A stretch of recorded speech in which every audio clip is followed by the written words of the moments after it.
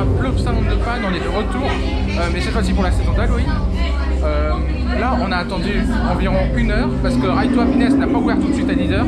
Il était en panne et là du coup on est enfin dans la file d'attente après 1 heure d'attente. Et quel plaisir de retrouver ce coaster, franchement. On l'a vu tourner plusieurs fois, on l'a vu faire des rollbacks également. Je vous mettrai quelques images juste là. Et parce que ouais, du coup c'était sympa de pouvoir voir ça. Et franchement cette file d'attente elle est toujours aussi belle. Moi j'adore trop Ride to Happiness. J'ai trop hâte de le re-rider. Il a l'air froid. Il a l'air vraiment froid. Il a fait plusieurs rollbacks hein, après comme vous le voyez. Enfin c'est pas vraiment des rollbacks mais en fait je sais pas pourquoi il voulait pas prendre la deuxième zone de launch. Il voulait vraiment pas la prendre.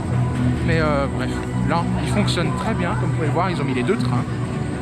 Aujourd'hui il n'y a pas l'air d'avoir trop d'attente. Pour l'instant le parc est pas... il est loin d'être plein. Et on n'est pas pendant les Halloween Scare Night de Plopsa. C'est pas une nocturne aujourd'hui, le parc ferme à 19 h. Donc voilà, en tout cas là on va aller tout de suite sur Ride to Happiness.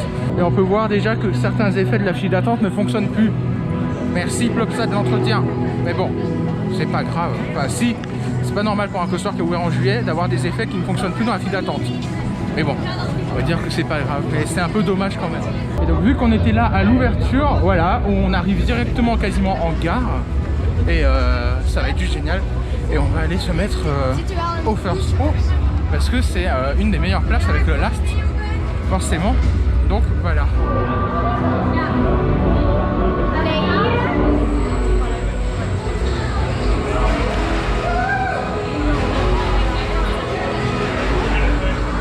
Voilà, on est dans The Ride to Happiness. Allez. Ouais. Oh la vache. Ah ça faisait longtemps. Oh la vache. Ouais. Oh la vache. Ouais il est froid. Ouais. Wow. Ouais. Oh la vache. Ouais. Wow.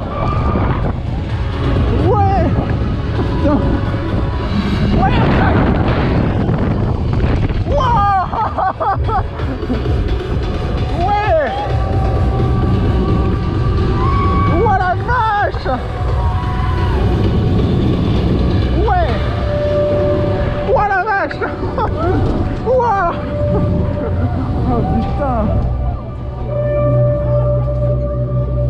Donc là je viens de ressortir de The Ride to Happiness et bah c'est toujours une excellente machine. Franchement mais ce coaster, mais merde quoi. Pour ma part il est même au-dessus de notre très cher Zadra à Energylandia et au-dessus de Untamed aussi que j'ai également fait. Et qu'est-ce que j'ai fait encore comme excellent coaster? J'ai fait Expedition GeForce et toujours au-dessus aussi. Et non franchement bah, c'est une excellente machine bien évidemment. Le soundtrack il est excellent, le ride est excellent et il vibre légèrement avant le loop. Là il était très froid donc bon c'était pas les meilleurs rides que j'ai fait sur RTH. Mais c'était vraiment quand même excellent comme d'habitude. J'arrête pas de dire excellent mais parce que c'est le cas tout simplement. C'est RTH hein, tout simplement. Bon alors comme dit Happiness c'est toujours une excellente machine. Mais surtout il a pour lui sa zone qui est quand même plutôt jolie. Même si oui bien évidemment on n'est pas non plus au niveau d'un Fantasyland ou voilà, d'un Fly ou d'un Taron. Mais franchement ça lui suffit quoi. Et cette inversion là qui passe juste au-dessus de la zone, elle est juste incroyable. Là c'est Turtle and Roll, non c'est Jojo Roll je crois que ça s'appelle. Franchement c'est vraiment très bon. C'est du très très bon. Et non, launch, franchement vraiment pas mal. Niveau puissance, après oui je pense, comme beaucoup de gens l'ont dit, je pense qu'on a l'impression qu'il est puissant parce qu'il y a l'effet du spin. Vu que ça, je vous rappelle, un Extreme Spinning Coaster de chez McRide. Et non, franchement, bah, c'est juste une dinguerie. Hein. Alors là, vous pouvez voir qu'il est froid. Je sais pas si vous voyez bien comment il traîne là en haut. D'habitude, il traîne pas autant, mais là, ouais, il est vraiment froid de chez froid. On le refera plus tard à chaud. De toute façon, on pourra le faire de nuit parce qu'on est là après le changement d'horaire. Donc le parc ferme à 19 h, mais à 17 h 30, il fait déjà nuit. Donc voilà, on va pouvoir faire des rides de nuit sur Happiness. Alors là, on se dirige du coup vers Heidi the Ride. Donc c'est le petit Wooden GCI. Donc là on est dans la file d'attente de Heidi et c'est vraiment une file d'attente absolument horrible. Regardez juste ça. Voilà, c'est absolument horrible. Il y avait 15 minutes annoncées et honnêtement il n'y a clairement pas 15 minutes. Je pense qu'on tourne plus autour de 1 heure et surtout dans une file d'attente comme ça, c'est vraiment horrible. Enfin franchement regardez juste ça. C'est... Non, là comme ça vous n'avez pas géré sur cette file d'attente. Surtout qu'il n'y a aucune ambiance sonore dans cette file et il n'y a quasiment aucun décor. Donc voilà. Tout ce qu'il y a comme bruit, c'est le bruit des ventilateurs. Et en plus, quand on était venu en août, il y avait des télés, comme vous pouvez voir par exemple là. Là il y a une télé. Et il passait des épisodes d'Heidi, ça permettait un peu de patienter, même si par exemple même si vous n'aimez pas, bon vous avez un truc à regarder. Là, qu'est-ce que vous avez regardé? Absolument rien. Donc voilà, c'est vraiment absolument nul à chier cette file. Je préfère même la file des Fjord Rafting à Europa Park pour le coup. Même si oui, c'est aussi un parc à peu à cette manière là, mais au moins on n'a plus un meilleur cadre qu'ici. Ici c'est vraiment nul. Donc là Heidi vient d'avoir une panne technique bien évidemment, pile quand nous on est dans la gare.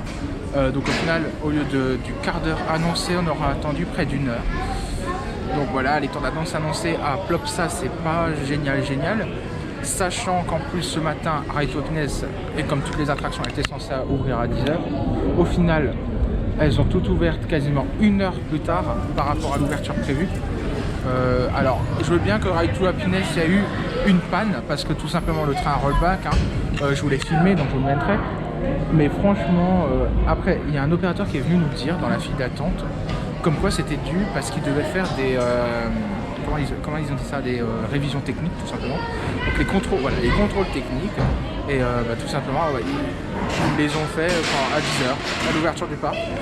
Les contrôles techniques ils peuvent les faire bien avant parce que j'ai vu dans la gare ils vérifiaient genre l'état des roues et tout. Ça c'est quelque chose qu'on fait avant l'ouverture d'un parc logiquement. Donc non, moi je peux pas trouver ça normal de le faire maintenant à 10h. Après oui, comme dit le train rollback, donc après ça ce problème là je veux bien le comprendre. Mais voilà. C'est dommage, et là maintenant encore une panne à Heidi. Bon c'est bon, il a repris les opérations et surtout il tourne à 2 trains, donc c'est plutôt cool. Donc là, bon, on va aller le rider enfin.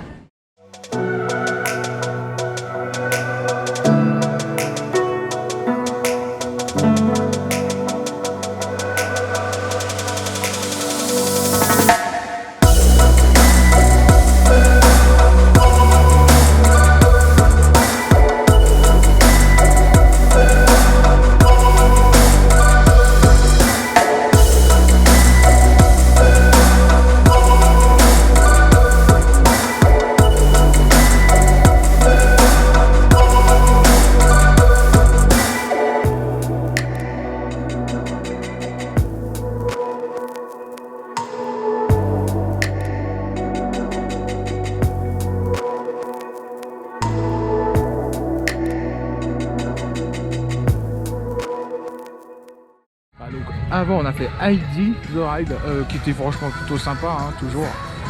Normalement c'est toujours mon deuxième coaster préféré ici. Il reste juste Anubis encore à faire parce que c'est quand même sympa Anubis, même si bon c'était la plus grosse déception en août parce que je trouvais ça un peu sans intérêt, ça vibrait et tout, bon c'était pas non plus si ouf que ça. Mais là du coup on va aller réessayer l'expérience, on va voir si c'est mieux.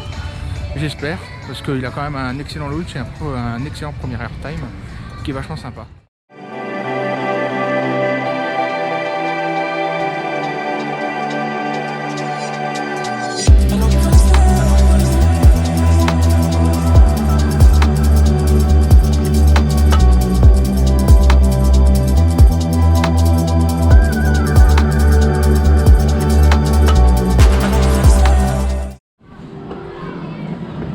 Là, on est dans la file d'attente de Heidi The Ride. Le magnifique, c'est même pas c'est un Gerstlauer, mais c'est même pas un Eurofighter. Oh, ça a même pas de nom de modèle en fait ce coaster. Mais au moment de vue, il fait noir ici. Voilà, donc c'est un petit Gerstlauer qui est plutôt pas mal avec un launch très tonique et le reste du layout qui est un peu moins bien et un peu vibrant et un peu bafant on va dire, en espérant cette fois-ci tomber au first row parce que oui ce coaster possède 6 sièges mais c'est rare que j'ai de la chance donc on va voir et ce serait bien de tomber au first row sur Anubis The Ride.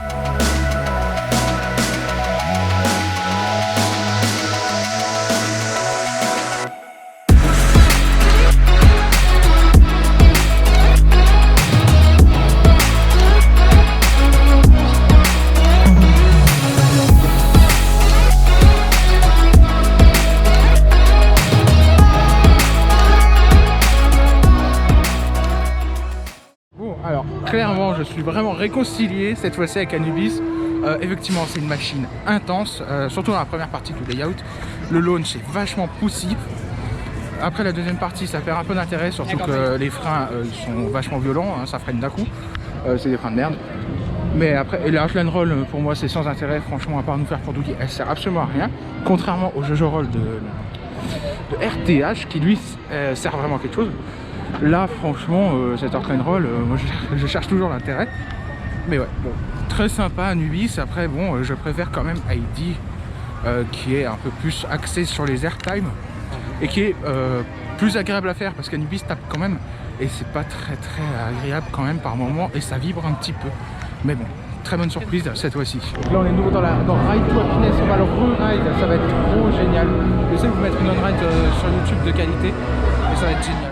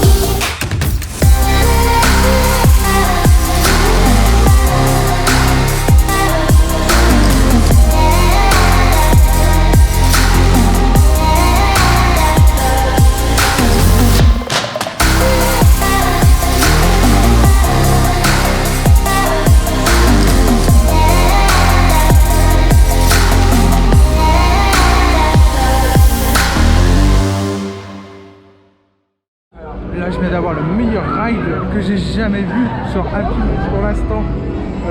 Alors le wagon il a spin juste comme pas possible. De toute façon l'on-ride sur YouTube c'est celle qui sortira. L'on-ride front row. J'ai jamais spin comme ça dans Happiness. C'était juste génial. Waouh. Non mais juste waouh. Je me suis retenu de gueuler pour l'on-ride parce que franchement j'étais juste bluffé. Ce ride il était extraordinaire. Le spin c'est juste génial et franchement ça donne vraiment pas la gerbe. Alors par contre je dois juste mettre les choses au clair sur une chose. Oui, c'était pas en français. Alors il vibre un petit peu, il vibre plus que quand je l'avais fait en août. Ouais, il vibre un petit peu mais bon franchement c'est loin d'être dérangeant. Et waouh, mais juste waouh. Mais le spin, je sais même pas quoi dire à part ça. Les airtime là, les bunny hop derrière. Waouh, juste waouh. Et ouais bah l'airtime du camelback du top hat au first row c'est vraiment une dinguerie. Cette inversion elle est juste dingue. Mon dieu mais qu'est-ce que j'adore cette inversion. Et non c'est juste une dinguerie ce coaster. Confort irréprochable, la barre fait pas mal. C'est parfait franchement mais il est incroyable. Franchement faites-le, si vous avez l'occasion il faut vraiment le faire. Il est vraiment clairement au-dessus de Zadra pour ma part. Bien mieux que Zadra même, je choisirais sans doute Ride to Happiness, sans aucun doute même. Non, c'est une dinguerie, c'est une dinguerie. Quoi que puissent dire les gens à propos d'Happiness, faut quand même remarquer que c'est vraiment une prouesse technique de chez Mack, ce genre de coaster, parce que en fait, les wagons ils sont équipés technologiquement de beaucoup de choses. Ils sont fabuleux, ces wagons, franchement ils sont merveilleux. Le coaster en lui-même il est fabuleux de toute façon. La thématisation elle est vraiment pas mal et ouais bah c'est trop bien, franchement il est juste génial. Voilà, que de superlatifs pour le décrire. Là on vient de sortir d'RTH mais comme vous pouvez le voir c'est un peu la cata, il y a une grosse averse qui passe. Au moins on a fait RTH sous la pluie. je me suis emmêlé pas trop. Je peux vous dire que c'était vraiment pas une belle expérience parce que ça fouette à mort, il pleut beaucoup trop et faire RTH avec de la pluie c'est vraiment pas une bonne idée. Donc si vous voulez faire RTH, ne le faites pas sous la pluie. Genre c'est vraiment pas une bonne idée de le faire sous la pluie. Bon alors là, vu qu'il y avait une grosse averse sur le parc, bah, on a décidé d'aller manger, au moins c'est fait. Alors la bouffe à Plopsa, comme beaucoup de monde le disent, c'est franchement une catastrophe. Alors on a acheté un pack avec hot dog et boisson qui est censé s'appeler Maxi Hot Dog, mais qui est pas Maxi du tout, hein, qui n'a Maxi que le nom, parce que honnêtement le hot dog faisait la taille comme ça, c'était juste ridicule. Et le pain, autant vous dire qu'il est vraiment dur, vous pouvez le péter sur une table, c'est une catastrophe ce pain. Bref, et la saucisse, hein, bon, bah, bien sûr, elle était vraiment dégueulasse. Hein. Franchement, elle était mangeable, mais sans plus. Hein. Alors, si on compte la boisson à environ 3 €, on va dire que le hot dog, il est à environ 5,50 €, ce qui est excessivement cher pour la gueule du hot dog, du soi-disant Maxi Hot Dog. Et quand on voit ce que Energylandia, par exemple, fait... Alors oui, je sais, c'est pas le même pays, blablabla, mais merde, quoi, quand même. Le hot dog d'Energylandia était immense comparé à cela, et surtout beaucoup moins cher et largement meilleur. Donc non, la bouffe à Plopsa, ce sera non merci. Je pense que la prochaine fois on emmènera notre propre bouffe, parce que là franchement ici c'est vraiment une cata. Et je vous parle même pas du service. Là l'employé avec qui on était, on a dû répéter vraiment beaucoup de fois les choses parce qu'elle parlait tout simplement avec sa collègue. Allô.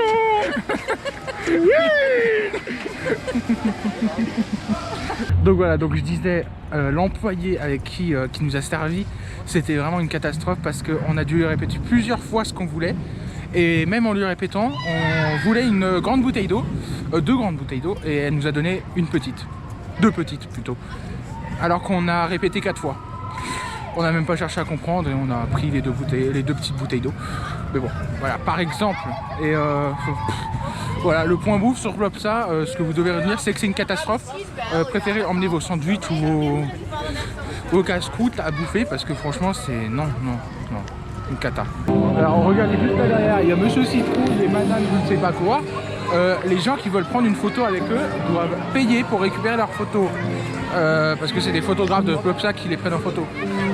J'ai jamais vu ça, je crois, dans aucun parc que j'ai fait. J'ai vraiment jamais vu ça, et bah, je trouve que ça se fait pas. Parce que quand on paye, je crois que même Disney ne fait pas ça. Non, je crois pas, j'en suis sûr. Et non, mais Plopsa, ça se fait juste pas en fait. Là on est dans la file d'attente pour faire le Star Flyer du parc. J'avoue que j'aime pas trop ce genre d'attraction, mais je suis quand même tenté d'avoir une belle vue de là en haut. Ouais, ça doit être sympa. Je crois qu'il fait 50 mètres de haut, c'est quand même pas mal. 40 ou 50 mètres, je sais plus. Mais ouais, ça doit être vraiment pas mal. Donc voilà, donc on est dans le Star Flyer de Holiday Park, j'allais dire, mais non, pas du tout, de Plopsa Land que je n'ai pas fait lors de ma première visite.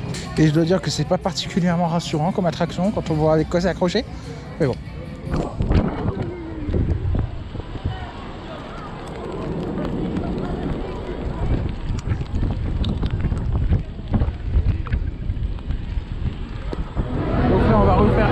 Encore une fois, je crois que c'est la 4e fois aujourd'hui. Ça va être juste génial parce qu'il fait presque nuit. À mon avis, il est bien chaud, je pense, j'espère. Il a pas mal plu aujourd'hui, donc je sais pas. Mais ça va être juste génial, hein, comme d'hab.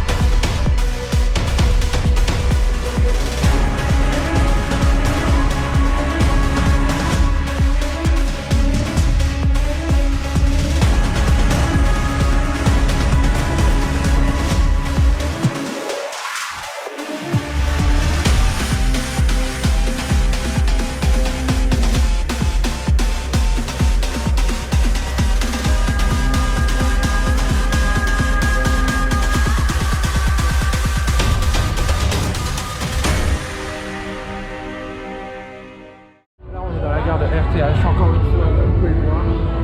Il y a un truc vraiment notable, hein, comme tout le monde le dit. Je me rends compte que maintenant, mais c'est un peu tard.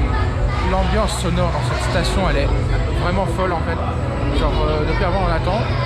Et c'est vrai que j'écoute les soundtracks et ils sont fous. Ils sont fous les soundtracks dans la gare. Ils mettent tellement dans une ambiance particulière. Franchement c'est vachement perturbant. C'est vachement perturbant et c'est juste excellent. Franchement moi j'adore ces soundtracks. C'est Tomorrowland tout simplement, c'est incroyable. Et donc là bah, justement on va pas tarder à embarquer dans The Ride to Happiness. On va embarquer pour notre dernier ride sur Happiness. Ça va être génial. En plus il fait nuit, ça va être génial.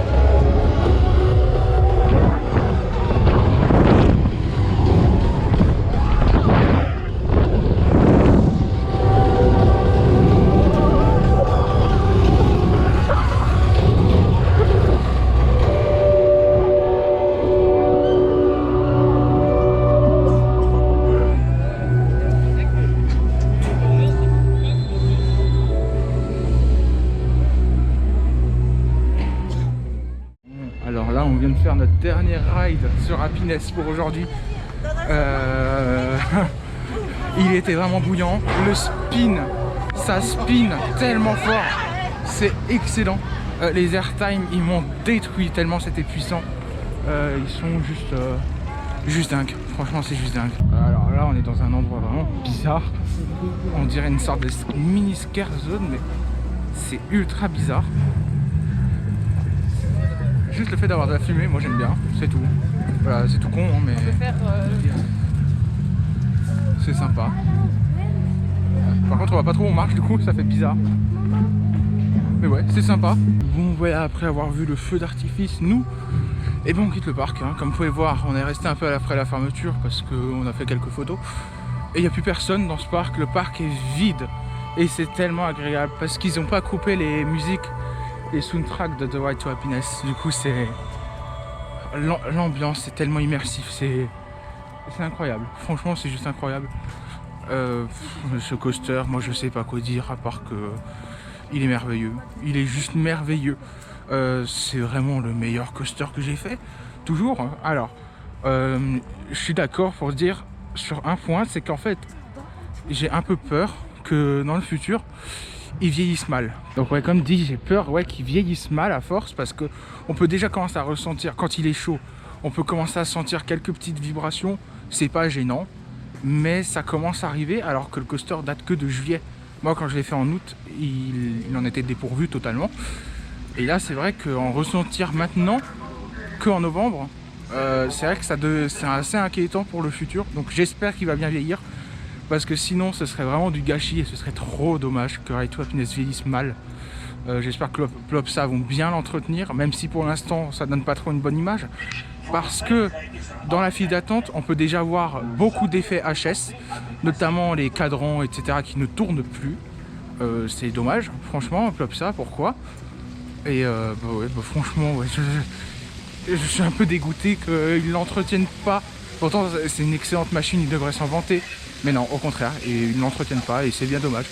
Par contre, s'il y a bien un point ils sont irréprochables, c'est sur l'entretien des LED et des haut-parleurs, qui est impeccable, contrairement à EP, par exemple, avec Blue Fire. Et non, franchement, sinon à part ça, des airtime de dingue, des jets extrêmement présents. Je l'ai fait une fois au Last. La Force Drop arrache tellement. Je sais pas dire lequel est le plus puissant, l'airtime au premier rang ou du top hat ou la drop au last. Je sais pas lequel est le plus puissant, mais honnêtement les deux j'adore. Mais je préfère quand même l'airtime au first. parce que je sais pas, je préfère ça plutôt que me faire tirer dans une grotte. Mais ouais, dans les deux cas c'est quand même excellent. Ma place préférée est le First personnellement. Non, c'est juste une dinguerie tout simplement. Désolé pour ce bruit bizarre. Ouais, c'est dingue. J'espère pouvoir revenir pour le rider de nouveau une fois, mais on l'a fait. Je me mettrai de compte là de tout ce qu'on a fait. On l'a fait pas mal de fois. Aujourd'hui, je crois qu'on l'a fait 6 fois. Et bah franchement, il mérite son nombre de tours parce que non, mais c'est une dinguerie ce coaster. Hein. Et la thématisation et tout, elle est largement suffisante. Hein. Genre la théma, l'ambiance sonore dans la gare, c'est une dinguerie. La thématisation tout court est vraiment pas mal. Par contre, on peut voir que les visiteurs de Plopsa la dégradent assez vite. C'est un peu dommage, mais bon. Je pense qu'ils vont quand même commencer à entretenir mieux leur coaster. Enfin, je l'espère, Plopsa. Et voilà. Donc Plopsa, c'est toujours un excellent parc, bien que la gestion ait un peu de mal, parce qu'aujourd'hui, il y avait vraiment beaucoup de pannes sur RTH. Alors, je sais que certaines sont dues à la pluie, mais à part ça, il y avait beaucoup de pannes, et c'est vraiment dommage.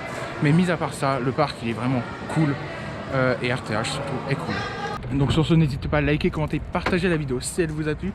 Et sur ce, moi je vous dis à la prochaine pour un nouveau parc. Dans quelques jours, on est à Walibi Belgium pour la nocturne et Halloween. Allez, ciao.